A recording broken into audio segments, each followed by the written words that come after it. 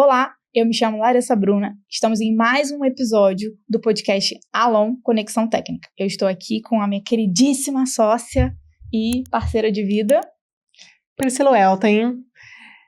Na verdade, eu que chamei ela como sócia, tá, gente? Então, eu que pedi o casamento pra ela, né? Ninguém conta essa história direito. E nós vamos entrevistar hoje mais um advogado desse podcast. Da última vez falaram algumas coisas polêmicas, né? Sim. Que eu também muito. quero dizer. Vou tentar ver com você se você acha a mesma opinião, tá? Alisson, se apresente. Olá, tudo bem, pessoal? Prazer, meu nome é Alisson Fernandes, sou advogado há 15 anos, quase 16, atuante em ações de vícios construtivos, em demandas que envolvem condomínio, parte de cobrança, de assessoria em geral, mas o que me brilha os olhos mesmo são as ações de vícios construtivos. Por isso, do flerte com engenharia. Nós ouvimos muitas coisas no podcast que a gente chamou outra advogada, né? Sim.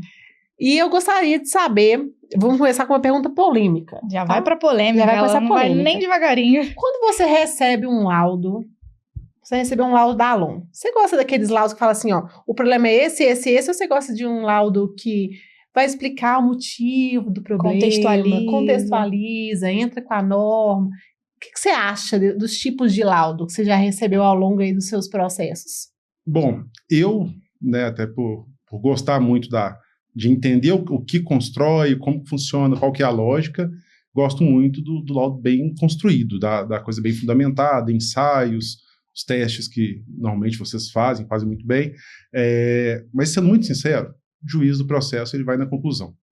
E aí a gente não gostaria que fosse assim, inclusive, né, mas ele primeiro vê a conclusão, vê a primeira impressão, o que está certo e o que está errado, e depois desse primeiro momento é que se discute o que vai precisar fazer, ou qual que é a lógica daquela conclusão que foi alcançada.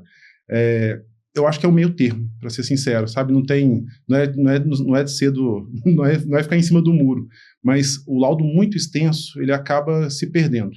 Não para a gente que gosta do que está fazendo, do que está entendendo, que vai a fundo, mas eu acho que para efeitos de solução de fato, seja, né, sem um processo judicial, seja dentro do processo judicial, tem que ser um meio termo. Não pode ser um laudo de 1000 páginas, porque ainda que seja muito bem escrito, ainda que muitas vezes seja necessário, eu acho que isso na prática acaba não resolvendo para o cliente, no final das contas, que é o principal interessado. Agora uma curiosidade minha, por que vício construtivo salta aos seus olhos, faz seus olhos brilhar? Por quê? Então, na apresentação eu ia até falar disso também. Eu me considero muito um ser em construção e aí, diante disso, são as etapas da vida e eu pelo menos na minha concepção de pessoa, de pai da Clarice, que é minha filha de 4 anos, que estava falando aqui no bastidor, eu acho que é o sonho das pessoas alcançarem um imóvel próprio, sabe? Ainda que seja um apartamento de 30 metros quadrados ou uma mansão de 500 metros quadrados, a maior parte das pessoas, obviamente, isso não é unânime, né? Tem gente que não se preocupa com isso no primeiro momento, mas eu acho que grande parte das pessoas, elas constroem a vida em volta desse lar. Então, eu passei por essas etapas todas de ter o primeiro, de morar de aluguel, depois de conseguir juntar um dinheiro, de comprar o primeiro imóvel, de ter o prazer de furar as paredes, ter o desprazer de começar a ver os problemas acontecendo, e aí você pensa, nossa, tudo que eu fiz está aqui. Então, esse interesse, eu acho que, enquanto advogado, não dá para ser só pelo dinheiro, né? A gente, se for trabalhar só pelo dinheiro, é extremamente exaustivo e você não se mantém muito tempo. Então, um propósito de vida mesmo, assim, eu acho que em respeito à história das pessoas. Eu acho que se a gente entender que o que a gente faz, na verdade, não é competir conhecimento técnico com a parte contrária, e sim defender um interesse real, válido mesmo. Assim, olha, aqui mora uma família, aqui existem pessoas que lutaram por isso, existem pessoas que vão se frustrar, e aí, né, no exemplo que eu tive, no meu caso, o pequeno detalhe ali vai te incomodando ao ponto de você começar a tomar ódio do apartamento, você toma ranço do apartamento. Então, dentro dessa construção, né, de etapas de vida, eu entendi que é isso. No final das contas, eu não sei se a gente vai ficando mais velho, eu comecei a cada vez gostar mais de casa, cada vez gostar mais do rodapé bem feitinho. Então, acho que é muito por isso, assim, a ideia de ter sido puxado para o vício construtivo. E eu também sempre gostei muito de matemática, por mais que tenho me tornado advogado, e aí na engenharia tem uma lógica que a gente não tem no direito. Às vezes o direito é muito subjetivo, então na engenharia, nessa parte que o direito conversa com a engenharia, eu acho legal porque é sim ou não tem um meio termo, né? Sim. Acho que esse é o resumo. Não, eu conheço o Alisson há muito tempo, deve ter uns 7 anos, 8 anos. Acho que tem mais, desde 2013, 14, se não me engano. Tem um tempo, né? E a gente, é interessante conhecer o Alisson de agora, né? Porque eu conheci, a gente era bem mais novo, né? Mais brigões, talvez. Mais gosta de confusão, agora a gente é mais tranquilo. E o que a gente começou a amadurecer como processo, que era uma coisa que a gente não via no início, a necessidade de entender o preço das coisas dentro do contrato, né, de um processo, entender quanto que custa para fazer, entender qual que é o escopo que precisa ser feito. Acho que isso a gente foi desenhando ao longo dos anos, né? Hoje, quando você vai montar um processo de vício construtivo, primeiro, explica pra gente o que é o processo de vício construtivo e quando que ele se aplica para as pessoas que não conhecem. Claro. Nós temos... Eu defendo sempre que quem gosta de processo é advogado e quem gosta muito de laudo de engenharia é engenheiro. O cliente só quer resolver o problema. Então, a gente cria uma linha de raciocínio buscando sempre o menor prazo possível, com a maior qualidade técnica possível, e, obviamente, a solução do problema no todo, não parcialmente. E aí, dentro disso, acho que tudo começa com a engenharia. É impossível uma ação de vícios construtivos começar ao contrário, começar pela parte jurídica, que aí vai se perder, vai virar muito subjetivo, que é o que eu acabei de falar, que a gente não quer que seja. E aí, dentro desse processo, então, o primeiro ponto é identificou o problema. Eu falo muito isso nos atendimentos, que não é nada simples, não é porque começou a infiltrar aqui, faz parte, casa é assim mesmo, não é assim mesmo. Casa bem construída, apartamento bem construído, prédio bem construído, ele vai ter algum problema ou outro, mas o que te mantém dentro dele não vai existir. Então, identificou, o primeiro ponto é o laudo. Você precisa ter um apoio, né, de um engenheiro especialista também, porque vai entender a lógica disso, não vai fazer... A gente vivenciando de vez em quando aí umas gambiarras, né? Tá infiltrando para um telhado por cima que para de infiltrar. E aí, então o primeiro passo é esse laudo. A gente busca primeiro uma tratativa junto com a construtora, chamar o responsável técnico da obra mesmo, a assistência técnica da construtora, e aí, nesse momento, a gente já começa a falar de uma parte que o jurídico, o advogado, ele começa a ter pode ter uma participação, não obrigatoriamente, mas pode ter, porque é o momento que, se tudo der certo, se a construtora estiver agindo da forma correta, o construtor, que às vezes é uma casa só, ela vai reconhecer os problemas, ela vai colocar no papel, vai executar e vai te dar garantia de novo. Então, essa é a primeira etapa. Depois disso não funcionou, aí sim a gente necessita do laudo muito bem elaborado, fundamentado, e aquele laudo, né, fazendo um meio termo, não muito extenso, mas também não sem qualquer tipo de evidência. E aí, feito o laudo, a gente notifica. A notificação extrajudicial mesmo, que já é um documento para efeitos de processo, inclusive, que a gente já demonstra a tentativa inicial de solução administrativa extrajudicial, que eventualmente não se efetiva, e aí com essa notificação, caso resolva aí, morreu, a gente vai fazer o termo de acordo de novo, extrajudicial, finalizou o problema. Se não se resolver, aí nós precisamos partir para o processo judicial. A ação de vícios construtivos, muita gente se pergunta, mas para que eu vou entrar com a ação para discutir, para apurar vícios construtivos se eu já fiz o laudo? A gente tem coisas do direito, que é essa história, né, as garantias que nós temos constitucionais, uma delas é contraditória e ampla defesa. Então, todo mundo tem direito, até segunda ordem, todo mundo tá certo, né, todo mundo é inocente. Então, obrigatoriamente tem que ser dada a oportunidade para a construtora de também acompanhar esse laudo judicial. Então, na prática, a gente pega esse laudo que foi feito inicialmente, entra com a ação judicial.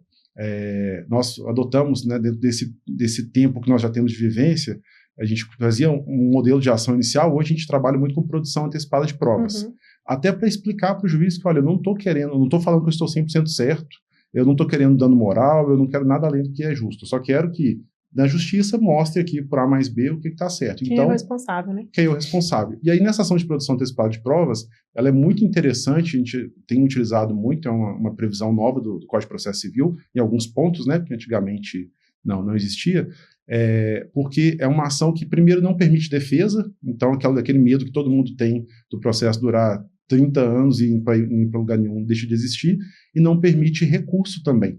Então, o juiz, ele basicamente vai pegar o laudo inicial, vai entender que existe uma urgência, porque está evidenciado o problema, determina a perícia judicial. E aí, volta a figura do laudo que a gente começou lá atrás, que é muito importante, que o laudo bem feito, o perito judicial, pela engenharia ser uma ciência exata, ele vai basicamente ticar aquilo ali, ele vai né, comparar o que foi apurado inicialmente com o que ele está vendo, e se tiver apurado tudo com o fundamento correto, vai dar ok em tudo, o juiz vai homologar esse laudo judicial, e aí a diferença do judicial é que a gente passa a ter a necessidade de levantamento de valores. Esses valores não necessariamente é porque a gente quer receber esse recurso. Muitos condomínios, eles precisam partir para uma obra que é feita pela própria construtora, a depender do volume de obra, a depender da complexidade dessa obra. O que a gente vê na realidade do dia a dia, né, a gente gosta de perícia mesmo, de terra, e o que a gente percebe que quando chega nessa etapa, que já tentou lá extrajudicialmente resolver e não funcionou, as pessoas estão muito desgastadas, a confiança com a construtora também está muito desgastada, então quando a gente tem a oportunidade de atender construtores, a gente bate muito em cima disso, assim, ouça o seu cliente, tente entender o que realmente é devido, porque quando chega nesse momento, ninguém mais quer conversar. Então até o jurídico fica difícil da gente tentar resolver, tentar compor acordos, porque as pessoas já passam a estar muito intransigentes. Então, chegou nessa fase do valor, né, como eu ia dizendo, a gente precisa desse número, porque se não for fazer a obra, tem que pedir o recurso para o próprio condomínio fazer. Ou se o condomínio conseguir compor com a construtora para que ela faça a obra, nós também precisamos do número, porque se ela não conseguir concluir conforme prometido, no final das contas tudo vai virar dinheiro. Entendi. Então o recurso é muito com base nisso. Aí o juiz homologa essa ação de vícios construtivos, que é a primeira etapa, tá? Então, a gente caminha junto. Eu vou até fazer um parênteses, voltando um pouquinho nessa ação de vícios construtivos ainda, que dentro dela a gente tem, de novo, uma atuação conjunta do jurídico e da engenharia, que é a questão da assistência técnica. Aí, né, para quem não entende, eu acho que a gente precisa realmente tentar tirar um pouco da complexidade das nossas áreas e explicar para as pessoas que elas possam absorver a informação. E aí, dentro disso, assistente técnico, eu falo para todo mundo que é alguém que está trabalhando como advogado e que fala a língua do perito. Então, não adianta o advogado ir para a perícia no dia que for marcada e chegar lá e tentar debater argumento jurídico, que eu até brinco, é polêmico mesmo, que perito normalmente não gosta de advogado. Eu acho que eu também não gostaria se eu fosse perito, porque advogado tem mania de querer combater demais, de tentar impor muita previsão legal, e ali na hora que você está fazendo perícia, é engenharia pura e simples. A parede está estufada, por que está? O talude está movimentando, por que está? Não tem espaço para subjetividade. Então, a gente tem essa atuação dentro dessa etapa também, que muitas das vezes, né, é o mesmo engenheiro, né, que fez o laudo inicial. E eu recomendo muito até para que tenha uma linha de raciocínio única. Então, fez esse laudo, o juiz homologa. Dessa homologação do laudo judicial, não cabe novas discussões, esse se torna um documento judicial que você pode utilizar ou para tentar de novo um acordo, aí já a quarta, quinta tentativa de acordo, ou você parte para a ação de indenização. E aí é uma ação que ela já começa muito simplificada, que a gente fala, olha, fizemos o laudo, tentamos acordo antes de fazer o laudo judicial, nada deu certo, fez a perícia, o valor para resolver é tanto, condena a construtora a pagar tanto. Então, esse segundo processo, ele tende a ser num prazo muito, muito mais curto, porque não tem muito o que discutir, não tem testemunha para ser ouvida, não tem muito o que ser feito, é realmente apontar e cobrar. É porque o primeiro laudo já fez tudo também, né? Já definiu responsabilidade, já definiu o custo, né? Já foi tudo. Então não tem... O que eu estava até falando um dia desses de um processo que a gente está mexendo de fachada, e a gente teve a perícia, e aí foi apurado o valor, e a gente sabe que demora a segunda etapa do processo. A parte de antecipação de provas é rápida. Rápido, entre aspas, né? Ali 2, 3 anos a gente tem a antecipação de prova. Só que a segunda parte do processo nem sempre é rápida, porque vai muito mais do direito do que, de fato, a parte da engenharia, né? E aí eu falei com o meu cliente, eu vou fazer um dos quesitos aqui e vou pedir para que o perito responda para a gente como que ele qual que é o índice que tem que utilizar de atualização do valor que ele colocou hoje, se o processo sair daqui 2, 4, 6, 8, aí eu coloquei até 15 anos. Porque se daqui o processo demorar 10 anos, não é esse valor que ele arbitrou agora. E aí eu entendi que, aí pode ser que eu esteja errado em relação a isso, mas eu entendi que era interessante colocar isso na quesitação, como assistente técnico, porque eu não sei quando que vai sair o processo, e nem sei se a consultora vai quebrar no meio do caminho, igual um outro quesito que eu sempre pergunto, é uma obra emergencial? Dá para guardar os prazos processuais normais ou é uma obra que precisa fazer de forma rápida? Então, teve um caso, inclusive, que a gente trabalhou junto, que teve que foi uma não sei como que chama aquilo. Esse caso foi... Do esgoto. Interessante, a gente achou que estava fundando o bloco. Eram 25 blocos no condomínio, e aí nós desmembramos, porque realmente não daria esses blocos, eram os últimos 5, inclusive, que estavam com problema. Não daria para fazer a ação nesse rito que eu falei, que querendo ou não, ainda assim, por mais que seja rápido, leva um tempo. E aí nós fizemos uma ação cautelar, né? Traduzindo, basicamente pedimos uma liminar especificamente para esses blocos para fazer a obra neles. Então, nesse caso, a gente foi deferida a liminar, condenou a construtora em questão a executar esse serviço num prazo de 30 dias, que era um risco de afundamento. Acho que na prática foi afundamento de caixa de gordura que causou. Não, na verdade, as caixas de gordura cederam, e aí cedeu dentro da casa de um dos moradores e a cozinha dele veio para baixo. Foi isso mesmo. Foi por isso que gravou muito, assim. E a impressão que realmente o prédio estava caindo, né? E aí a gente desmembrou, e depois, com os outros blocos, nós seguimos esse rito normal da ação de produção. Ainda tem processo, né? Ainda tem, a segunda etapa ainda tem. Então, vocês pediram a urgência para esse caso e desmembramos em processo. É porque lá tinha uma situação mais crítica, que as caixas de gordura, elas eram pré-moldadas, e aí eles não vedaram as camadas, e aí a água do esgoto entrava por dentro e lavava o solo. Entendi. Só que a fundação do prédio era mais profunda do que as caixas. Então, o prédio estava íntegro, mas o piso dos primeiros andares estava em cima do solo. E aí foi lavando e desceu. Afundou. Foi isso aí. Tanto é que essa primeira etapa, acho que terminou em 2023, 2024. Foi muito rápido, inclusive. E aí a gente acompanhou a obra. Eles refizeram várias vezes, né? Eu ligava direto pro Alisson, falava, Alisson, quando não atende uma parte, o que faz? Se não atender a medida cautelar, a gente vai voltar com o processo. Acho que foi um acordo, não foi uma coisa assim? Acabou que, quando deu liminar, a multa diária, acho que era R$10 mil, se não me engano, aí a construtora muda, né, a figura, senta para conversar, a gente conseguiu compor um acordo e colocou essa questão dos prazos e, principalmente, o acompanhamento por parte do condomínio, da parte da engenharia. Então, a gente tinha quase que uma medição diária da obra para ver como estava evoluindo. Você falando de atualização, eu acho que é muito interessante isso, porque R$10 mil hoje vale X e daqui a 10 anos não vai valer praticamente nada. A gente, em Minas especialmente, a gente não se preocupava tanto com isso, porque a taxa a correção era juros de 1% ao mês, mais correção monetária sobre esse valor que foi apurado. E aí então isso dava normalmente muito acima do INCC, por exemplo, é o Índice Nacional da Construção Civil, e valia a pena. Mas nós tivemos recentemente, em 2024, para fins de direito muito pouco tempo, uma alteração na lei que mudou. Então a atualização hoje de condenações judiciais, ela vai pelo IPCA, mais a taxa legal, que é um juros menos, que é o IPCA menos Selic, mas aí foge a lógica, mas basicamente é isso. Então, na prática, fica muito, muito pouco, aquele 1% deixou de existir. O que a gente tem defendido muito de índice de correção é o INCC, porque por mais que é uma obra que está concluída, mas nós vamos ter que refazer aquilo. E aí, quando você for refazer, o mercado ele caminha de forma diferente do IPCA, né? Então, especialmente a construção civil, tem muitos fatores que envolvem. Então, a gente briga pelo INCC. Na prática, se não tiver uma definição, vai acabar sendo o IPCA mais essa taxa legal, que aí fica um valor bem reduzido mesmo. Depois que define para quem não entendeu direito, depois que define na antecipação de prova os valores, é com base nesse valor que ele ajuiza o processo principal. Então, em cima desse valor é que são feitas as atualizações, que é o índice que o Alisson explicou. E antes tinha um valor que seria interessante, que era... Como que era antes? Era juros de 1% ao mês. Esse juros era a partir do segundo momento, né, da ação de indenização. Mas como a gente homologou o laudo e distribuía, então perdia poucos juros. Mais correção monetária da data do arbitramento.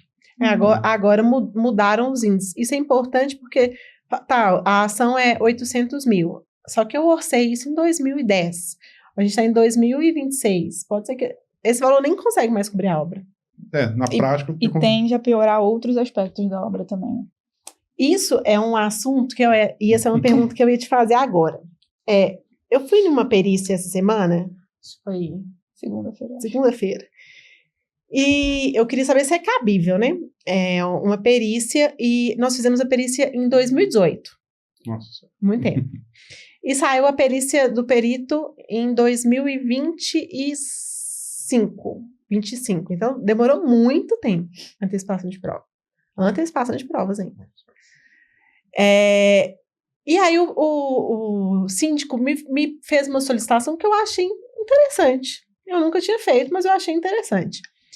Ele falou comigo assim: Priscila, eu queria que você refizesse o laudo. Na hora eu fiquei brava. Nossa! Falei, o quê? São não sei quantos blocos, tudo de novo. Ele falou, não, eu queria que você fizesse... Aí ele me explicou.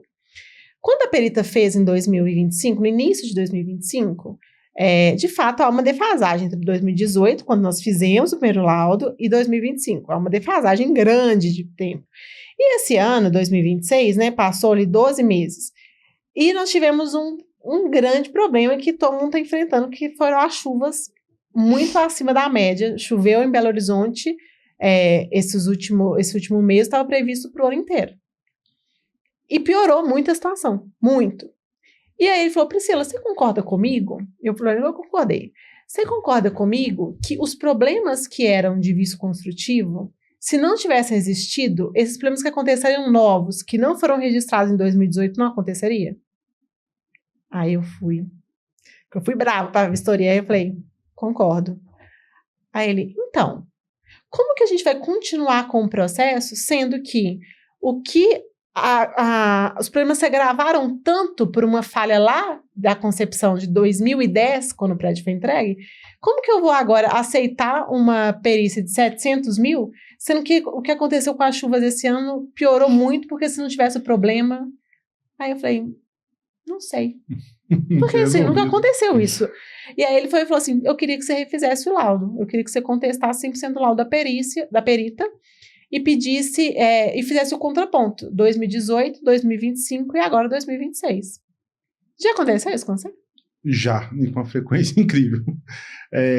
Isso é muito comum. Quando o processo corre tudo bem, a gente tem, né, nesse caso, esse trabalho que a gente executa, e aí eu coloco, né, a Alon também, a gente depende muito de órgão público, no caso, o judiciário. E aí você tem juiz que trabalha muito rápido, você tem perito que trabalha muito rápido, você tem o contrário também. Inclusive uma briga minha, aí eu pedi ao pessoal da engenharia, não façam isso. Nos processos judiciais, respondam os quesitos. A gente tem tido muita dificuldade, e aí eu não vou falar que é aventureiro, porque eu não quero ser polêmico, mas existem alguns peritos judiciais que não estão tão habituados com a perícia judicial e fogem muito desse tema de arbitrar valor, de identificar a origem do problema. Alguns eles falam que não foram... que não foram contratados para aquilo, sendo que dava desde o início, né? O quesito está lá, as perguntas que o perito vai responder, as partes têm que juntar no processo no início. E aí, quando a gente tem esse problema, aí sim se arrasta, chega um exemplo desse, de a gente ficar 7, 6 anos discutindo até descobrir. E o que na prática tem ocorrido? A gente vai para a segunda etapa do processo, com a perícia inacabada em alguns casos, aí o juiz do segundo processo vê que realmente não tem como se resolver se não tiver uma definição, manda fazer uma perícia complementar. Aí nós entramos nesse cenário, que aí a perícia de 7 anos atrás apurou um X número de defeitos. A próxima vai apurar o dobro. Aí a construtora, o construtor já começa a discutir, porque isso não estava dentro do primeiro laudo. E aí o valor também já não vai bater, que se a gente for pegar só o valor dos vícios até então apurados, não vai coincidir. O que eu recomendo? Aí não tem nada de exatas. Existe uma previsão dentro do Código Civil que fala que é dever da parte reduzir os danos, evitar a majoração dos danos. Basicamente é isso. Não é porque eu estou com um problema de infiltração, por exemplo, que eu não vou tomar nenhuma providência para evitar. Então, tudo que você puder, tudo não, né? O que puder ser feito para reduzir os impactos, a gente recomenda. Então, um exemplo clássico, os prédios principalmente os mais simples, que o último andar ele não tem cobertura, então o telhado já é o teto do último apartamento. Às vezes as pessoas justificam que a gente está no processo judicial, fica ali 5, 6 anos, a pessoa perde tudo que tem em casa. E aí, quando você vai mexer, você já tem um problema que é indenizar essa pessoa que perdeu tudo por culpa da construtora, mas o condomínio está envolvido nisso, e aí o custo aumenta muito. Então, assim, tentem evitar, a gente pede muito isso para tentar sanar, né, pontos de infiltração muito, muito significativos, não furar as mantas de cobertura, não instalar antena da Sky no telhado onde não pode, nem nas fachadas. Então, tudo isso que aumenta o dano, a gente pede para evitar. E aí, dentro dos processos, questão de valor, realmente é uma luta de identificar muitas questões que a gente tem visto também, por causa de alguns peritos, acaba concluindo que é meio a meio, a responsabilidade é tanto do condomínio quanto da construtora. E aí o juiz não sabe o que é meio a meio, que acaba que não dá. Porque fala que foi inicialmente um vício construtivo, mas depois foi falta de manutenção. O que a gente defende muito e pede para, né, que os laudos também inclua isso, é que independente dessa manutenção, o problema já existiria. Então não dá para você aproveitar a tinta, a cor, sendo que a camada impermeabilizante não foi bem executada, por exemplo. Então, posso passar tinta todo ano, vai gastar um rio de dinheiro e vai dar problema do mesmo jeito no final. Obviamente, os construtores alegam que não, que o problema não foi porque, né, não foi dada a manutenção. Essa questão de manual, que é um negócio que a gente tem visto, houve uma preocupação grande dos manuais de construtoras, e algumas colocam até na convenção de condomínios. Prazos de garantia são X. E aí, eu até fiz um vídeo essa semana falando disso, que a gente é uma relação de consumo. Assim, para efeitos de lei, o apartamento ele tem o mesmo valor de um celular, né? É um bem durável. Então, se existe um dano, um vício, né, nesse bem, se existe um defeito nesse celular, você tem direito de acionar judicialmente, pedir de cobrar os seus direitos, e no caso do apartamento, a lei fala que são 5 anos após a identificação dos problemas. Então, 5 anos do dia que recebeu? Não necessariamente, mas aí vamos ser precavidos. Eu não aconselho ninguém a esperar dar 4 anos, 11 meses e 29 dias para contratar o laudo, para identificar e achar que vai ter mais 5 anos, porque aí a gente, voltando para o direito, na justiça, infelizmente, tem juiz que pensa de todo jeito. E aí pode acontecer dele falar que não, seu prazo foi do dia que você recebeu, que você já tinha ciência desse problema. Então, em linhas gerais, até a gente tem muito questionamento de prazo de 10 anos, de prescrição. Falo, na dúvida, considera 5, que não tem erro. Considera 5 do dia que o condomínio foi entregue, ou a casa foi entregue. O habite, no caso, né?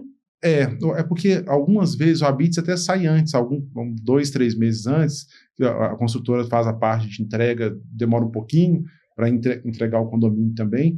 Então, se considerar, o habite é o mais conservador, não vai ter perigo nenhum. Se pegar da data do habite 5 anos para frente, com certeza não vai dar prescrição, ou no máximo a data de recebimento.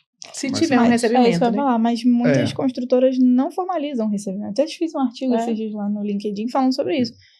Tem construtora que só entrega a chave, então não tem data daquela entrega. É a mesma coisa, área comum só entrega e fala, tá aí, gente, não tem nada comprovando que só entregue. Aí nesse caso, de fato, vamos basear no habite, que é um documento. De novo, e se tiver habites também, né, porque a gente tem um problema de obras inacabadas aí, que não são poucas. A gente teve um caso recente no escritório que a gente recebeu, é um condomínio que tem 20 anos já, e a gente descobriu que na incorporação dele, ele foi idealizado para 10 blocos. E aí, no desenvolvimento dessa obra, tiveram alguns embargos por questão ambiental, as obras não terminaram, e agora a gente tem que fazer um processo de regularização da própria incorporação, porque para a prefeitura, para o cartório, são 10 blocos. Então tá errado também. Aí não tem data exata de entrega. Então é basicamente isso. Habites, ou se tiver entrega do dia que entregou de fato. Se for uma situação extrema igual essa, que não foi construído, aí a gente precisa de testemunha, precisa de evidências da data que foi entregue. Entendi. Vou te fazer uma pergunta, até um pouco polêmica, até vi alguns síndicos comentando sobre isso nos últimos meses. Síndico colocado por construtora, e aí? Assim, a gente é Brasil, né, gente? Brasil, a gente dá aula pro mundo nesses quesitos, e aí o que a gente viu que normalmente o síndico que não tem interesse, não necessariamente todo síndico que a construtora coloca, ele vai ter interesse, mas aquele síndico que ele não tem nenhum tipo de parcialidade, ele vai começar a pegar no pé mesmo, e tem que ser feito, porque, de novo, é patrimônio dos outros. E aí existem algumas previsões convencionais que exigem isso, que o síndico, durante determinado tempo, vai ser um síndico profissional indicado pela construtora. Se estiver trabalhando bem, está tudo certo. Mas isso está previsto na lei ou na convenção? Na convenção. Ok. O que acontece? A convenção, ela gera uma lei entre as partes que compõem um condomínio. É como se fosse um contrato. Tá? Mas a convenção, ela nasce dentro da construtora. Normalmente, os proprietários não arbitram sobre ela, não. Exatamente. O que acontece? É muito fácil. Uma lei que eu faço, você tem que seguir, sendo que você não arbitrou sobre ela. Aí é uma falha até legislativa, eu acho, que eu penso igual você mesmo. Assim, a gente não tem... Deveria ter um pitaco na primeira assembleia, pelo menos de como vai funcionar. Mas existe não vou falar de lei demais, mas é 4.591. É uma lei de 64 que criou a ideia de condomínios. Até então a gente tinha legislação, mas era muito espaçada, nada muito concreto. E essa lei, ela explica como que é o processo de criação, saindo do lote e virando um prédio. Ela fala que você tem que fazer uma incorporação, que eu gosto sempre de traduzir, que basicamente eu estou transformando isso aqui, que é apenas um lote, e estou falando que aqui vai ter um prédio. É um prédio que ele pode ser para uso de uma única pessoa ou pode ser um condomínio. Aí a segunda etapa é essa instituição de condomínio, que ainda não é a convenção. Basicamente, eu estou falando para o cartório que aqui vai ter o condomínio assim assado, vai funcionar de tal forma, tantos apartamentos, áreas comuns, etc. A convenção é a última etapa desse processo. Nessa etapa de incorporação, que é o construtor que faz sempre. E aí a convenção de condomínio, eu falo que ela é basicamente as regras que vão vigorar no condomínio. O porquê que a ideia, quando foi criada a lei, pensou assim? Porque, tanto é que é proibido vender imóveis sem incorporação. Existe um crime específico para isso. Se você decidir construir um prédio à sua cabeça e pôr para vender, você está cometendo um crime. Então, só pode depois que tem incorporação registrada. Com a incorporação registrada, a ideia foi mostrar para as pessoas, olha, a gente vai começar a vender imóvel na planta, porque se você comprar um imóvel na planta, você está comprando papel, né? Na prática. Você tem que confiar muito na construtora, porque pode ser que não dê certo. E aí eles falam, como você incorporou e você está avisando o que vai ser o condomínio, como vai ser, estou oportunizando para o comprador para ir lá e dar uma lida nessa convenção antes de assinar o contrato.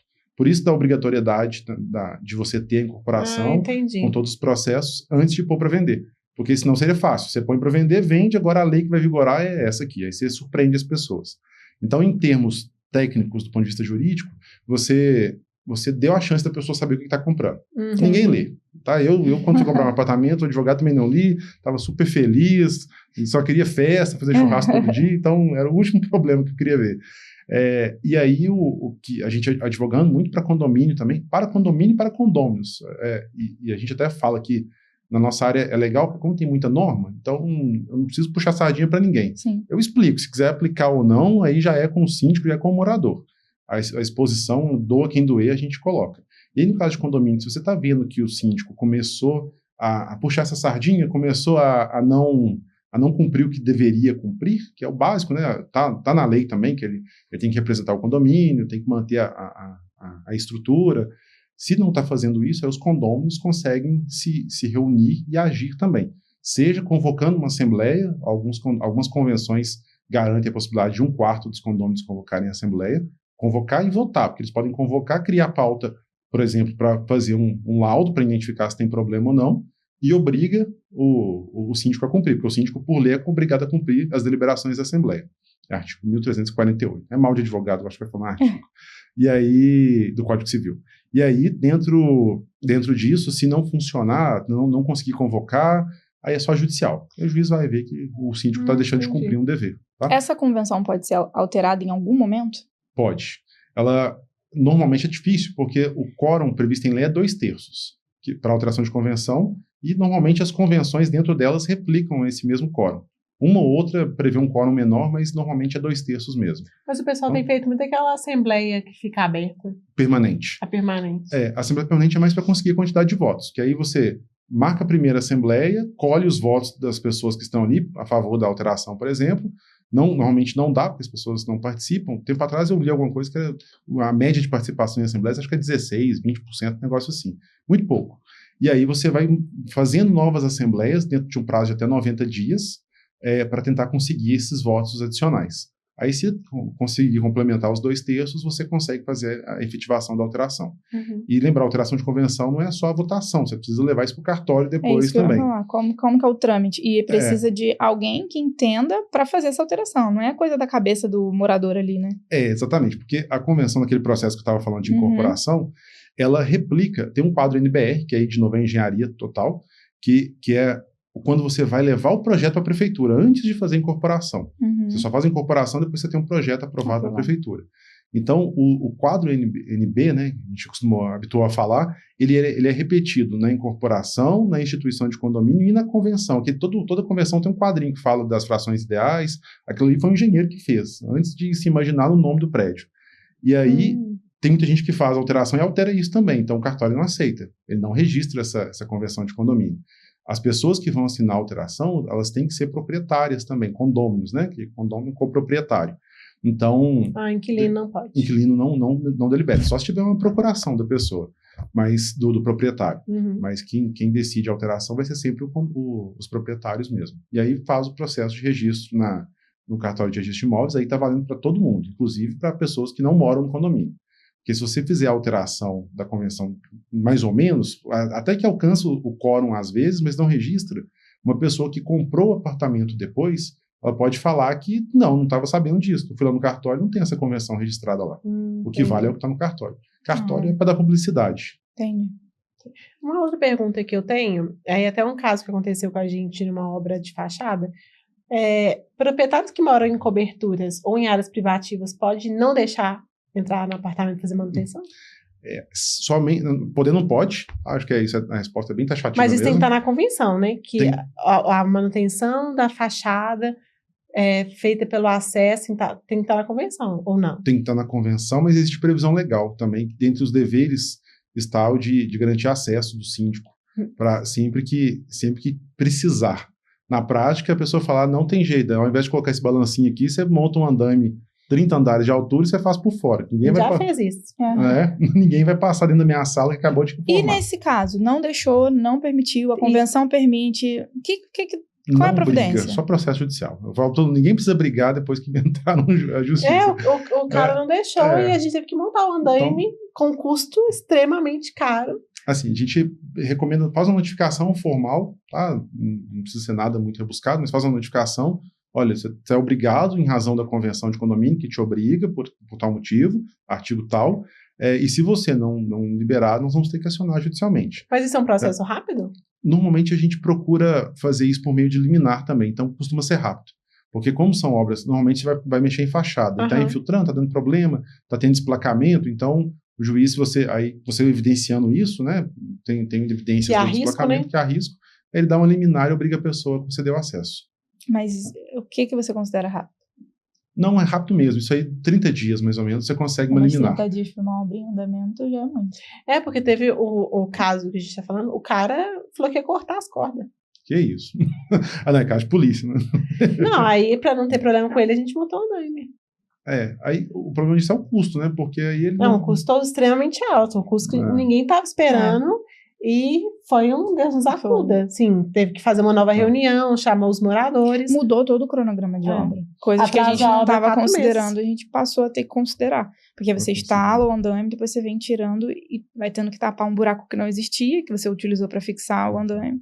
Enfim, ficou muito mais caro. Para todo mundo. Para todo mundo. Inclusive para ele, que ele vai ter que pagar taxa extra, né, de condomínio. Na verdade, o condomínio agora quer ajuizar uma ação contra ele, porque fez uma notificação e aí não tinha tempo hábil de fazer um processo. Porque eu não sabia que era rápido assim.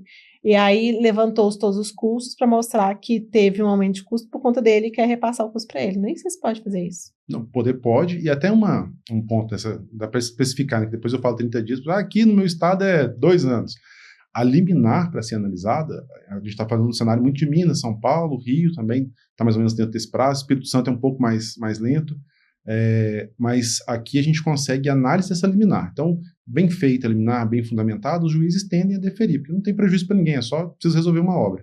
Caso não dê a liminar, aí realmente vai seguir o rito comum de um processo. Pode demorar 1 ano e meio, 2 anos, para a pessoa ser obrigada a conceder o acesso. Então, é um cenário inviabiliza pior. tudo. Inviabiliza.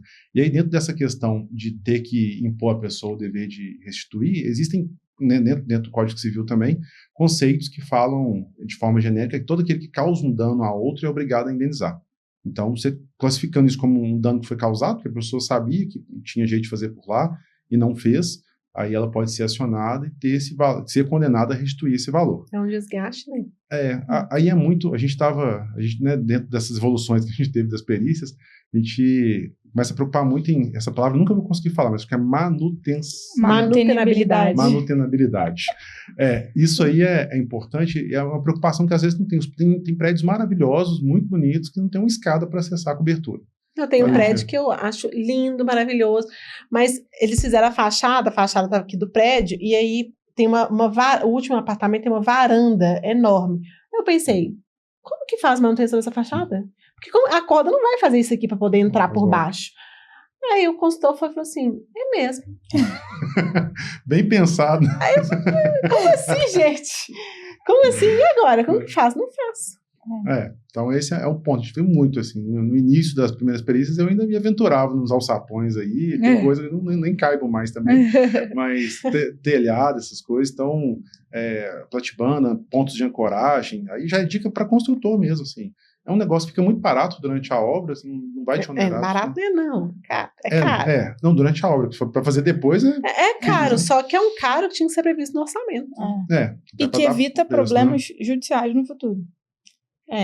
Evita briga do seu vizinho, exatamente. Né? Porque, sabe que eu até entendo a pessoa que às vezes assim, eu não vou aceitar entrar. Porque o cara acabou de mudar uma cenaria de 100 e tantos mil, parcelado em 30 vezes, tudo lindo. Aí você fala para ele que você vai passar com uma equipe de obra de 30 pessoas dentro do apartamento dele. Que fuma, que vem com cigarrinho assim, ó, e assim na sua cozinha, ó. Come torresmo, joga as marmitas no canto da casa. Eu quero fazer uma pergunta polêmica, mas antes, eu não estou aqui para falar mal do trabalho de nenhum profissional, viu? O que você acha de um laudo ruim? Qual é uma característica que você pega o laudo e fala, nossa, esse laudo tá ruim? Você já falou do que você gosta, mas o que você olha assim e você fala, nossa, que laudo ruim? Bruno, é muito objetivo, assim, aquele que não sai de cima do muro, para mim é o pior. Fala que, ainda que chegue numa conclusão errada, mas pelo menos fundamenta a sua conclusão para a gente poder ter o que argumentar. Porque tem alguns laudos que a gente pega, e aí tanto judiciais quanto laudos iniciais também, que você fala, olha, pode ser isso, isso, e aquilo outro. Fala, isso aí a gente já sabe.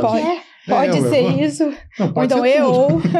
No ou que me mata. Eu peguei um laudo agora de um perito. O povo falou que eu tava falando mal dele. Não tava, eu sou assistente técnico, eu tô analisando.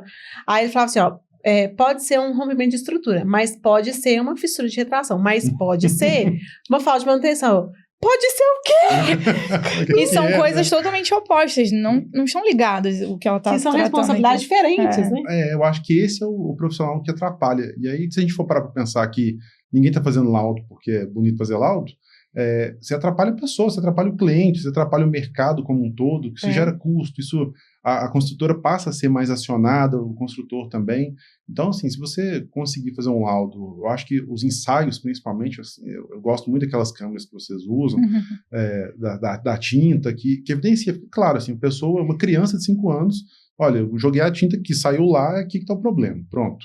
Sabe, eu tô aqui com a câmera termosensível, termográfica. Tô com a câmera termográfica, está mostrando aqui que aqui está mais frio do que do restante do imóvel. Então, pode ter uma infiltração aqui.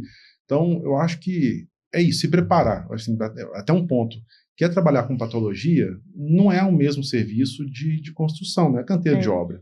Então, é mais difícil, né? Porque, pelo menos, as minhas experiências de reformas domiciliares, que eu gosto muito, eu descobri que é muito mais fácil você fazer do que você refazer, se adaptar. Então, para você descobrir um problema depois, às vezes vem de tudo, igual a gente pega, eu tenho certeza que vocês já viram, encanamento aí cheio de arame, cheio de cimento.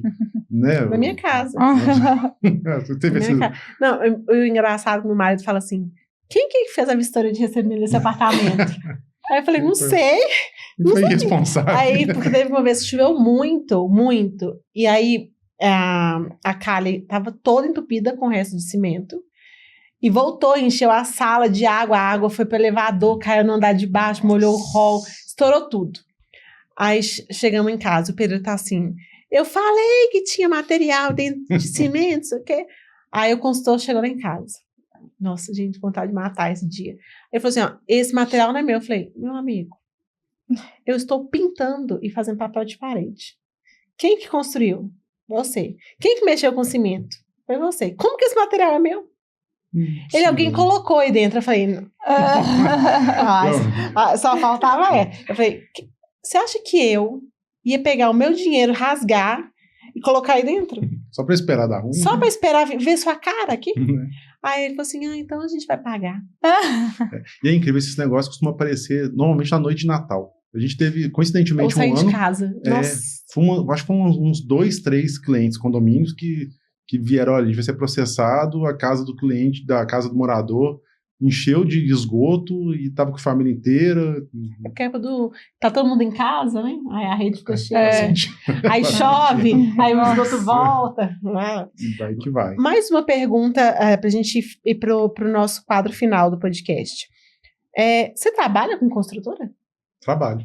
Que parece. É uma sequência. Eu gosto sempre de explicar isso para a pessoa, como que ele foi parar lá. A gente começou muito com o boom imobiliário de 2008. Era muito dinheiro no mercado, todas as construtoras estavam construindo, lançando, né? Construindo nem todas. Lançou muito empreendimento e aí começou a ter muito atraso. Então a gente começou a advogar para essas pessoas no primeiro momento, né? Dentro da parte do direito imobiliário, cobrando as multas por atraso, os prejuízos. Essas pessoas receberam os apartamentos que foram construídos numa época de muita expansão, então não tinha acompanhamento de obra, normalmente, muito pouco, era escasso, muito escasso, e aí muito defeito nos apartamentos. Então, apartamento com piso todo com concavo, né, muitas fissuras, muita rachadura, e a gente começou a advogar para esse pessoal. Esse pessoal começou a nos indicar para os condomínios, porque aí o problema que era pequeno, o condomínio era maior ainda. O condomínio, no primeiro momento, foi muito de afundamento. Disso a gente passou a se especializar em condomínio, porque realmente a gente entendeu que dentro do nosso formato de negócio a gente consegue ter um retorno melhor e também consegue resolver o problema de uma escala maior.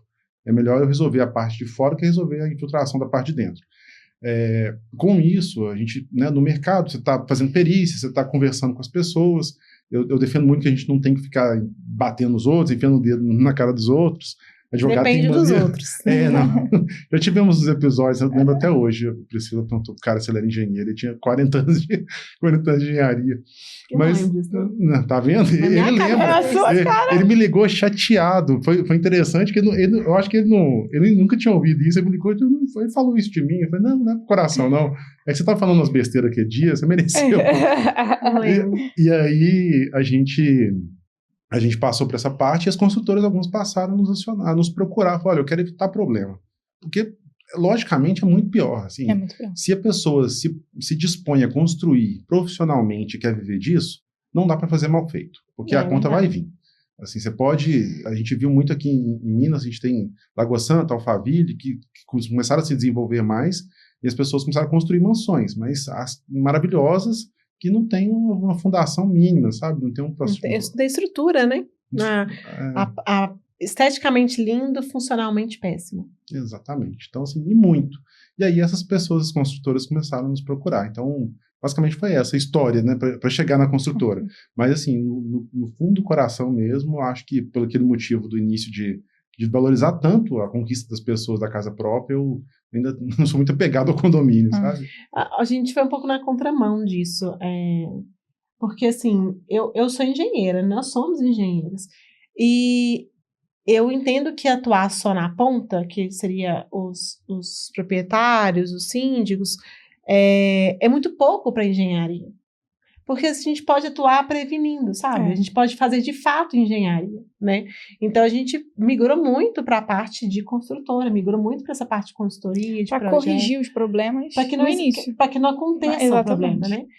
Hoje a gente atende condomínios com a visão de reforma, retrofit, embelezamento, né? Deixar funcional. A parte de vício existe. Mas hoje a gente tem uma outra abordagem. Acho que a nossa maturidade técnica, né, nos permitiu ver isso. De conseguir enxergar que acho que a cabeça das consultoras mudou bastante. Não sei se você está sentindo isso também. Muito. Hoje a gente só vai para o processo quem não consegue negociar, quem não sabe conversar. Porque a gente sentando numa mesa de negociação, a gente consegue abrir mão disso, ver um pouco daquilo. tem caso e caso. Tem caso que, infelizmente, é só... O próprio dono de consultor fala, quer que resolve? A gente já teve esse caso, né? Judicializa. Vai pra justiça. Judicializa. Então, eu acho que mudou bastante o cenário e a gente viu essa mudança, né? De uma forma bem... Não só aqui, São Paulo tá assim... Inclusive, a gente Rio. tem recebido as construtoras com essa intenção. A gente mesmo teve reunião, o construtor, o interesse dele é não tem problema. Não ter erro.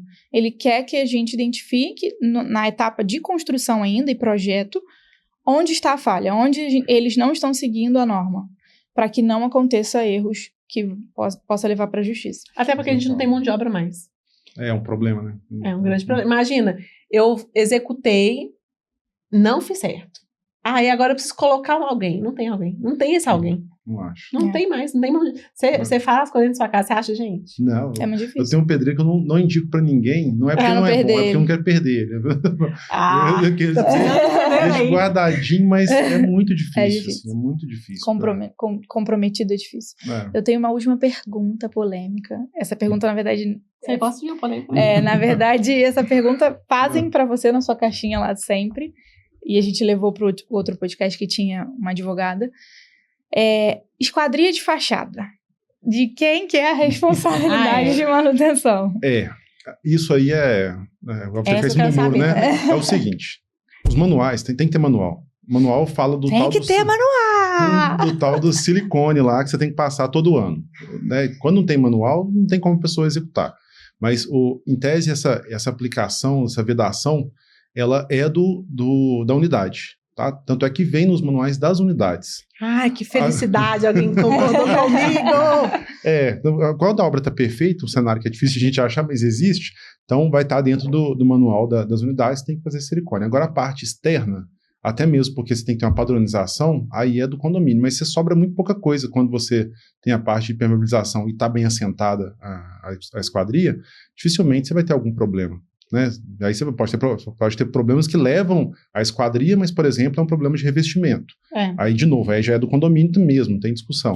Então, a lógica que a gente segue e a gente vê nos processos, muita coisa a gente não consegue compilar a jurisprudência, pegar votos, porque é algo que acontece dentro do processo mesmo. Assim, é uma passagem do laudo do perito que falou isso. Então, aí não é achismo meu, né? É muito do que a gente tem visto na prática. Basicamente, é isso. Será que eu sou certa?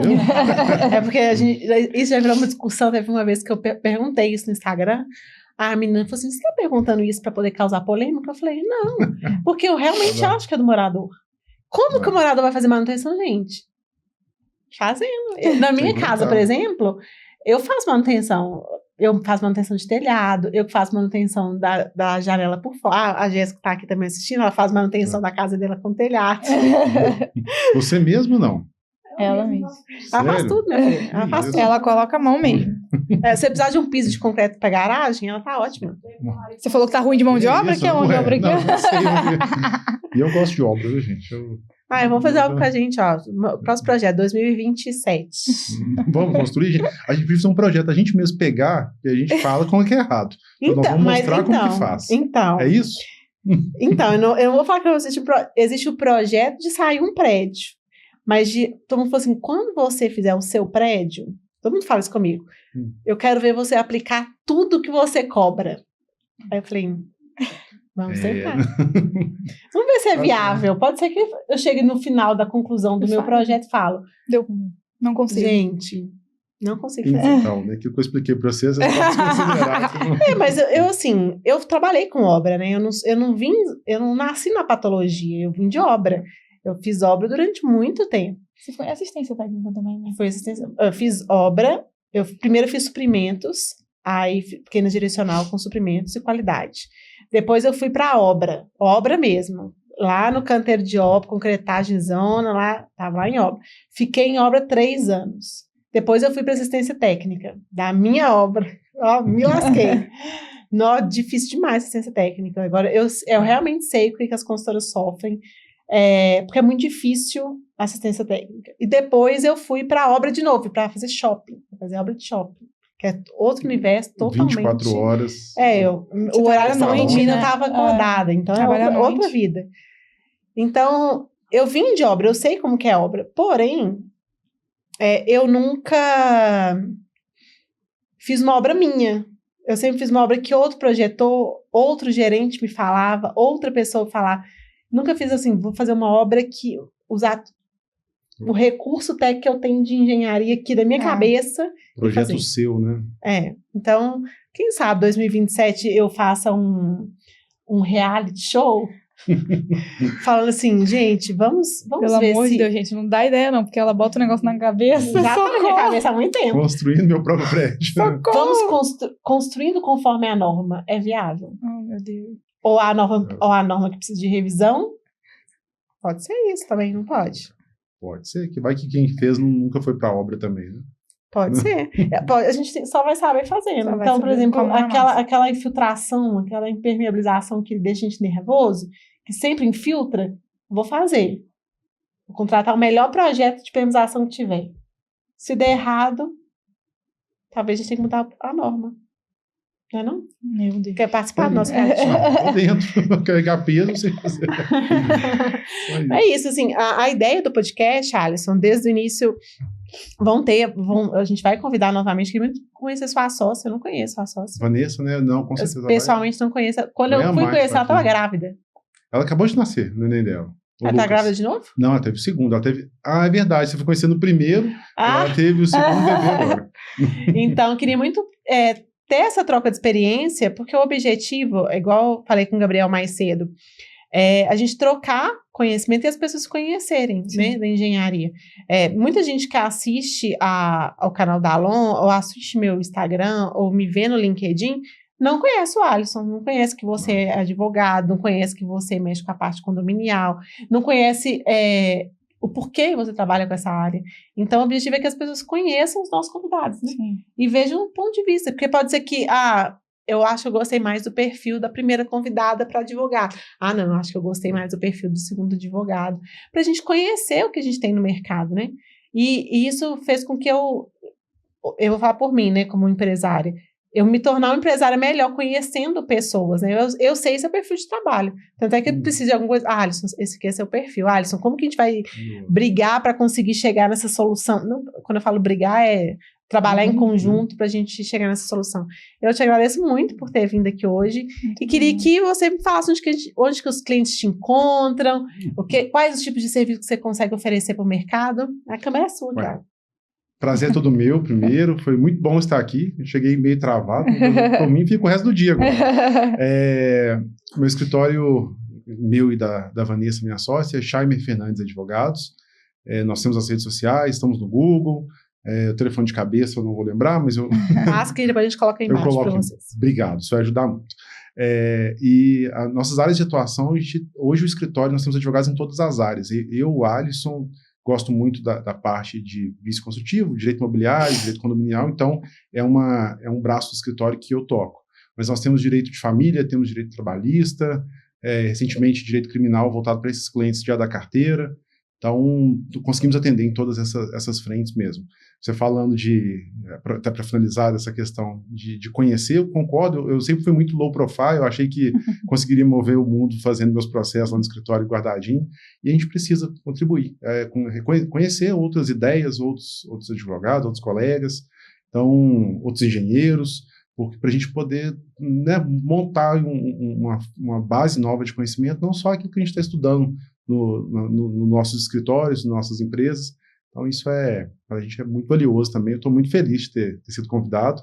Eu sempre valorizei muito, sempre falei isso muito, né, para a Priscila e agora para você também, Bruna, entrando na Alon. Entrando não, já está na Alon há bastante tempo, como sócio da Alon, mas é uma empresa que eu sempre admirei, né, me recordo do início da construção, da ideia, a gente lá nas perícias. Então, é muito bom ver esse nível de evolução. Eu acho que ver o amadurecimento profissional nosso também está sendo muito legal.